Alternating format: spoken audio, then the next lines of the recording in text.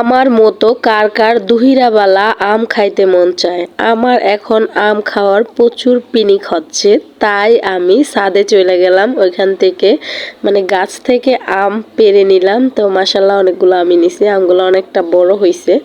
তো আমগুলো এখন আমি ধুয়ে পরিষ্কার করে নিচ্ছি, কারণ ছোট আম তো একটু কষ বেশি। তারপরে এখন আমি বটি দাও দিয়া এটারে সিল্লা মিল্লা তারপরে কুচি কুচি কুরমু, কুচি কুচি কইরা তারপরে লবণ মরিচ তারপরে চিনি দিয়া এটারে চটকে চটকে মাখমু, মাইকা তারপরে সেই মজা করে খামু। এই তো আমার চিনি টিনি দেওয়া হয়ে গেছে। এখন আমি এটাকে চটকে চটকে মাখতাছি আর খাওয়ার জন্য সম্পূর্ণ রেডি হয়ে গেছে। তো আমার মতো কার কার এরকম পিনিক ওঠে দুপুরবেলা আম খাওয়ার।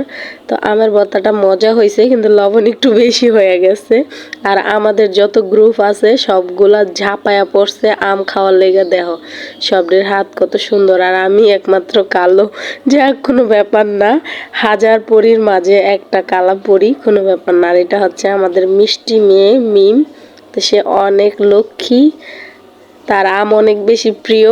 সে নিজে নিজে অনেক বেশি কাঁচা আম কেরকের কেরকের করে চাবায় চাবায় খায়। আর আমাদের সুরভি দেখেন কেমনে খাইতেছে, মনে হয় যেন হয় কত জনম পরে আমের ভর্তা খাইতেছে, জীবনেও খায়নি। দেখেন অনেকগুলো একবারে নিতে চাইছিল, তাই বলটা পড়ে যেতে চাইছিল, একদম মনে হয় ভাত খাইতেছে ও ভাত।